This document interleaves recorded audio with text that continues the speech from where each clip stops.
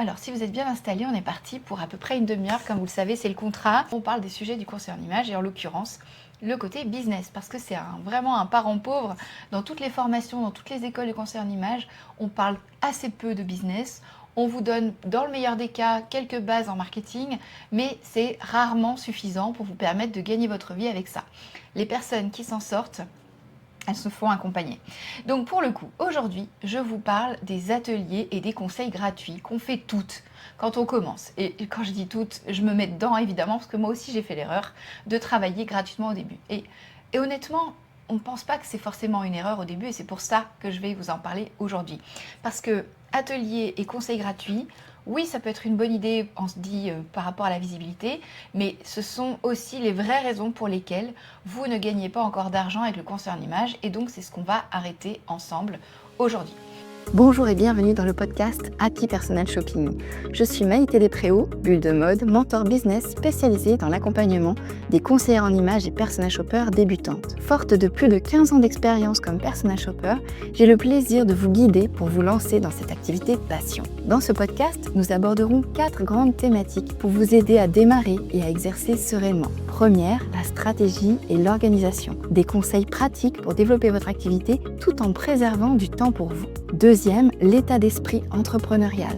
Je vous donnerai les clés indispensables pour bâtir une entreprise solide et durable. Troisième thématique, le savoir-faire métier. Tout ce qu'il faut maîtriser pour asseoir votre expertise et devenir une véritable professionnelle. Et enfin, les inspirations, des idées en matière de business et de style pour nourrir votre créativité, enrichir vos connaissances et mieux accompagner vos clients. Si tout cela vous plaît, alors commençons tout de suite avec l'épisode du jour. Donc on parle d'argent et en particulier des raisons qui font que pour l'instant, vous n'en gagnez pas encore avec le conseil en images. Et ce qui va pouvoir vous permettre de changer ça concrètement.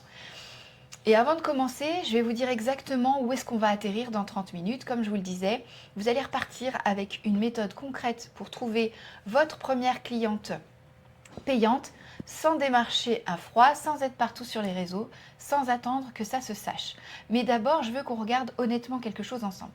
Est-ce que vous vous êtes déjà retrouvé dans cette situation de vous dire j'ai animé un atelier, voilà, ça s'est super bien passé, j'avais 7-8 personnes avec moi, elles étaient toutes contentes, ravies et tout, je leur ai exposé ce que je faisais et rien, voilà, vous êtes rentré chez vous sans un seul euro, avec peut-être parfois un contact, mais voilà, pas grand-chose.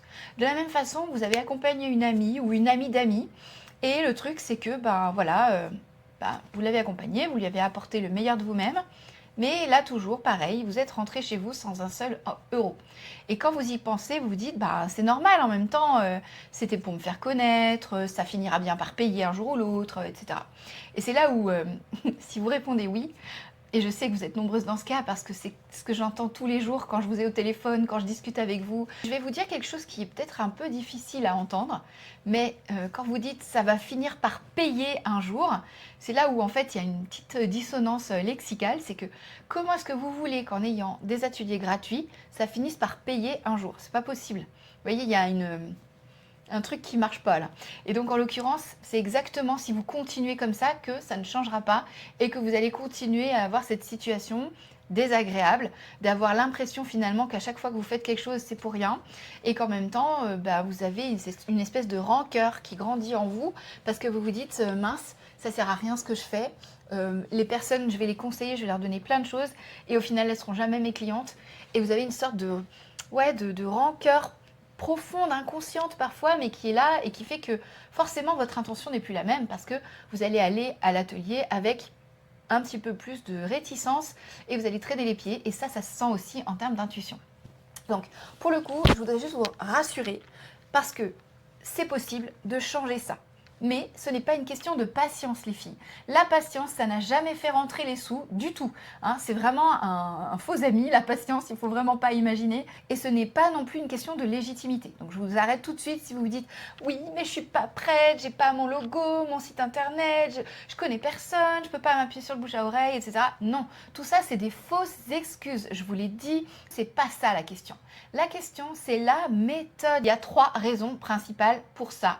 Et je vous le dis tout de suite, elles n'ont aucun rapport avec votre niveau d'expertise, avec votre talent, etc. Rien à voir du tout.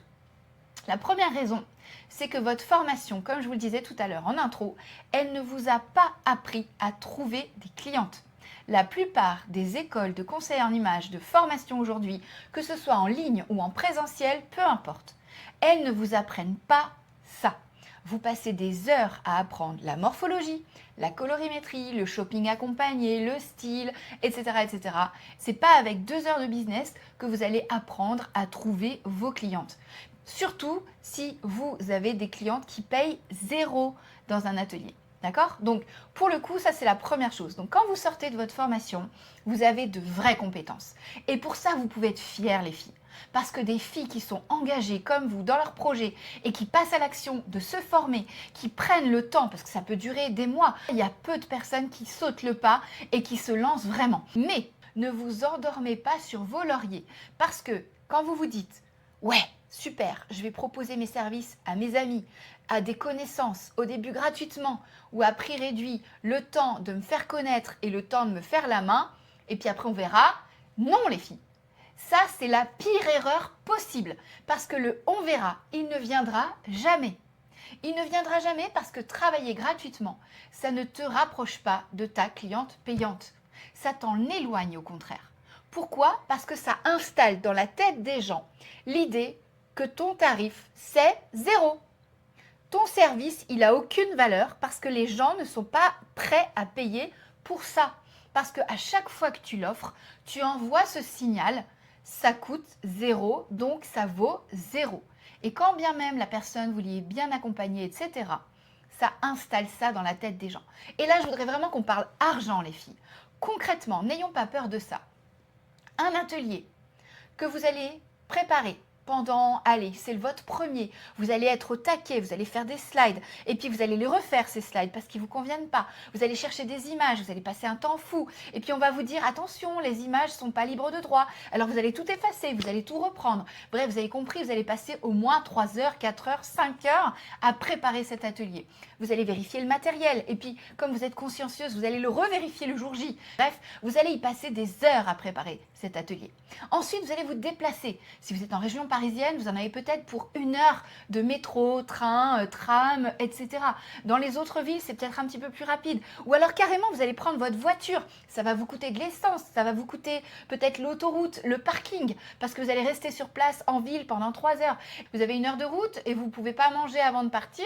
Vous allez manger sur place. Et tout ça, en fait, mis bout à bout, ça fait qu'à la fin, vous avez non pas offert 2 heures de votre temps, la durée de l'atelier, mais vous avez offert 1 journée, 2 journées. Vous faites ça 1 fois par mois. Et vous multipliez par 12 mois. Imaginez un peu le manque à gagner. Vous apprenez à conseiller les gens, c'est canon. Parce que si vous n'avez pas ça, vous ne pouvez pas le vendre. Mais à partir de ça, il faut quand même apprendre à le vendre. Et ça, vous ne l'apprenez pas. La deuxième raison pour laquelle les ateliers gratuits, c'est pas une bonne idée, c'est tout simplement ce qu'on appelle de la procrastination. La procrastination, c'est quand vous avez l'impression de bosser, que vous êtes en train de refaire votre logo, vos cartes de visite, votre site internet, vous êtes en train de retoucher vos offres, vous êtes en train de retravailler votre tarif, ou tous ces trucs-là que vous faites aujourd'hui, chaque semaine. Tous les jours, vous vous dites « Ah, aujourd'hui, j'ai un peu de temps devant moi, je vais retravailler mon logo. » Eh bien, tout ça, c'est aussi la raison pour laquelle vous ne gagnez pas d'argent aujourd'hui. Parce que à partir du moment où vous avez un logo, même s'il n'est pas parfait, à partir du moment où vous avez un site qui est en ligne, à partir du moment où vous avez un compte Insta qui est ouvert, une carte de visite où il y a même juste votre prénom, votre nom et votre numéro de téléphone, eh bien, en l'occurrence, vous êtes prête. Et pourtant, vous n'avez toujours pas de cliente payante. C'est quoi le problème dans l'équation là? Ça, j'appelle ça le syndrome des faux prérequis ou le cliché de la préparation parfaite, si vous préférez. Parce que pour le coup, vous accumulez, comme pour les ateliers, des tas de préparatifs. Parce qu'au fond, vous vous dites que quand vous serez vraiment prête, les clientes arriveront naturellement. Elles arriveront toutes seules parce qu'elles savent que vous êtes prêtes. Eh, sérieux les filles. Hein? Franchement, la préparation ne remplace pas la prospection, même si vous avez peur d'aller vous vendre, même si vous avez peur d'aller dire votre tarif, même si vous avez peur de parler aux gens de ce que vous faites, parce que vous avez peur qu'on vous juge, qu'on vous dise « Oh, mais c'est super superficiel comme métier, ça. T'es sûr que c'est un métier, c'est pas un hobby ?» Tout ça, ça vous fait peur. Et du coup, vous vous dites « Non, non, non, je préfère préparer dans mon bureau, au moins, mon ordinateur, lui, il est sympa. » Ils vont pas vous dire « Ah, c'est nul ce que tu fais, hein, vraiment, ouh là là, c'est pas bien. » vous n'avez pas le miroir négatif de votre entourage potentiel. Je dis bien potentiel, ce miroir négatif, parce que vous ne savez pas ce que les gens peuvent vraiment penser de vous tant que vous n'en avez pas parlé en fait. La troisième raison, c'est que vous confondez, et ça, je vous en veux pas, parce qu'aujourd'hui, on met tout dans le même sac, vous confondez visibilité et prospection. C'est deux choses différentes, d'accord? Publier sur Instagram, c'est se rendre visible. Prospecter, c'est aller vers des personnes en particulier, des personnes précises, dans un objectif précis, vendre, et dans des endroits précis, parce qu'ils ne sont pas partout ces gens-là. Et vous y allez avec un message précis qui est adapté. Et ce n'est pas du tout la même chose. Publier sur Insta, c'est publier sur Insta une story, voilà ce que j'ai mangé à midi, machin. Ah, j'envoie une bouteille à la mer sur Instagram. Alors que là, c'est j'ai une intention, je vais viser telle personne, cette personne, elle se trouve à tel endroit et voilà ce que je vais lui dire parce que c'est ça qui, je sais, va faire que ça va faire ting et qu'elle va vouloir travailler avec moi. Vous confondez visibilité et prospection. Et j'ai accompagné des dizaines de conseillers en images ces 4 dernières années. Il y a une vraie différence entre les personnes qui ont 1000 abonnés et pas de clientes et 300 abonnés et des clientes et un agenda plein. Pourquoi? Parce qu'un algorithme fait que même si vous avez 150 abonnés, il n'y aura que 10% des personnes, donc 15 personnes, qui vont voir ce que vous faites. 15 seulement les filles. Vous payez un Instagram ou Facebook, alors vous allez peut-être grappiller quelques pourcents. Vous allez arriver à 20, allez 25 si on est généreux. Ça veut dire que sur vos 150 abonnés, il n'y en a que 25 qui vont voir ce que vous faites vraiment. On fait quoi des autres? Eh bien les autres, ils n'existent pas. Alors que dans la prospection, quand elle est relationnelle et quand elle est ciblée, comme je suis en train de vous le dire, eh bien là, quand vous allez chercher 10 personnes, vous allez avoir 30% de personnes intéressées. Et ça ne veut pas dire que les 7%, les 70% d'autres ne sont pas intéressés. Ça veut juste dire que ce n'est pas maintenant. Elles peuvent l'être plus tard. Je voudrais prendre un exemple pour que ce soit bien concret dans votre esprit. Et cet exemple, ce n'est pas du tout une invention, c'est un cas réel. Et je parle avec ton autorisation, Anaïs. Merci. Parce qu'Anaïs, elle est conseillère en images depuis janvier. Elle s'est lancée il y a moins de 3 mois. Elle a fait un premier salon fin février. Et début mars, on en discute ensemble. Elle avait rejoint Constellation, le réseau professionnel des conseillers en images que j'ai créé en janvier. Elle a rejoint Impulsion il y a quelques semaines, donc début mars. Et on a vraiment redémarré de zéro à partir de tout ce qu'elle avait fait. Anaïs, elle vient pas du conseil en images. Elle est assistante sociale pour l'éducation nationale. Donc autant vous dire que c'est une reconversion totale. Et la première fois qu'on s'est parlé, comme je vous le disais, elle venait de faire un salon de l'image professionnelle. Elle avait exposé et ça s'est traduit par un succès de ouf. Il y a quand même plus de 100 personnes qui ont fait la queue pour venir la voir sur 2 jours. Elle a donné une masterclass devant 80 personnes. Toutes les personnes lui ont dit « Waouh, bravo, c'était génial !» Mais avant de vous dire ça, la préparation. Parce que je vous ai dit tout à l'heure que la deuxième raison pour laquelle vous ne gagnez pas d'argent avec le conseil en images, c'est que vous êtes dans la préparation. Anaïs, elle a tout fait en 1 mois. Ses cartes de visite, son site internet, son identité visuelle, un kakémono pour le salon, etc., etc. En 1 mois. Vous imaginez un peu l'énergie incroyable, la motivation de folie. Du coup, elle a vraiment raison d'être fière. Parce qu'en 1 mois, regardez tout ce qu'elle a fait et tout ce qu'elle a accompli. Mais le truc, c'est qu'elle est allée en urgence chez l'ostéo, avec les cervicales bloquées, le dos coincé, tellement elle se mettait la pression. Quand je lui ai demandé, on s'est eu au téléphone, qu'est-ce qui te bloque vraiment, c'est quoi? Clairement, c'était pas le manque de préparation. Vous avez vu tout ce qu'elle faisait. Mais c'était la suite. En fait, elle avait repéré des contacts au salon, elle avait des adresses e-mail, des gens intéressés. Mais qu'est-ce que j'en fais maintenant? Comment on relance sans déranger? Comment est-ce qu'on transforme ces personnes en clientes payantes? Parce que ça, personne ne lui avait appris à Anaïs. Clairement pas. Ni dans sa formation, ni ailleurs d'ailleurs. Et pourtant, à la fin de l'appel, on avait planifié une simulation de prospection ensemble. On s'est dit, voilà ce que tu peux faire, la méthode impulsion c'est ça, prends contact avec tes prospects, nous on rediscute la semaine prochaine quand tu l'as fait. Parce que plus le cerveau va répéter, plus il va intégrer. Donc à partir du moment où vous vous êtes entraîné, vous l'avez fait une fois, et vous pouvez refaire en enlevant ce qui cloche, vous faites une deuxième fois sans ce qui cloche, et plus on répète, plus on intègre. C'est un peu comme les pilotes de chasse ou les pilotes de Formule 1 qui répètent leurs gestes au millimètre, vous savez, parce que c'est la répétition. Et c'est ça qui manquait à Anaïs. C'est pas la préparation, c'est pas le talent, parce qu'elle a animé cette masterclass, elle n'avait jamais fait ça. Ce qui lui manquait, c'était la méthode et quelqu'un pour l'aider à mettre en pratique. Cette méthode dont je vous parle, je l'ai appelée méthode 10-3-1. Une idée de départ très simple, c'est que vous n'avez pas besoin de convaincre 1000 personnes. Ça, c'est ce qu'on fait sur Insta. Vous n'êtes pas influenceuse, vous n'êtes pas créatrice de contenu. Vous êtes conseillère en image. Vous, votre force, c'est d'aller voir des gens, c'est de les aider, c'est de comprendre tout de suite comment vous allez pouvoir l'aider avec tous les outils que vous avez appris. Vous n'avez pas besoin de 1000 personnes. Ce dont vous avez besoin, c'est d'être au bon endroit, au bon moment, avec la bonne personne. Et je ne vous parle pas de 10 réseaux sociaux, je vous parle vraiment de 10 endroits, 10 lieux dans votre vraie vie. Des associations, des clubs, l'école si vous avez des enfants, des événements professionnels, des groupes, des lieux où votre cliente idéale se trouve naturellement. Elle est là, dans votre club de sport, dans l'association des parents d'élèves, dans votre réseau. Ça peut être les apéros de quartier, il y a bientôt la fête des voisins. Ça peut être les événements de votre chambre de commerce locale. Bref, où vous voulez. Dans des endroits où vous existez déjà, ou alors où vous pourriez exister déjà naturellement. Ce n'est pas des endroits où vous allez vous sentir déguisé. Et dans ces endroits, l'idée c'est de créer 3 vraies conversations chaque semaine. Des conversations, c'est-à-dire ce ne sont pas des discours commerciaux. L'idée c'est pas d'aller vendre. L'idée c'est pas de dire je suis conseillère en image, est-ce que tu veux qu'on bosse ensemble? Non. Ça c'est exactement ce qu'il ne faut pas faire.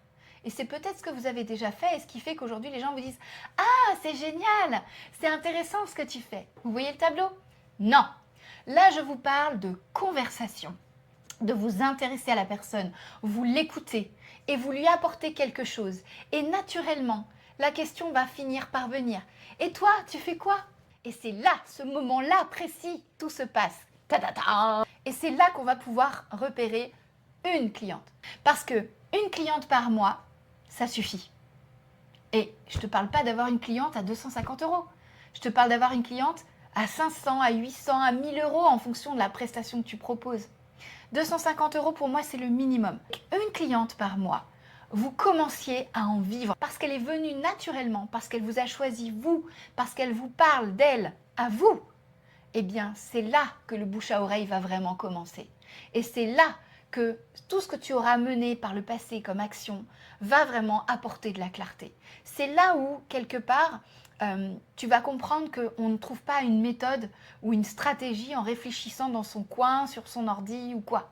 C'est en mettant en pratique, on trouve en testant, en voyant comment la vraie personne en face de vous, dans la vraie vie, réagit. La méthode, c'est ça.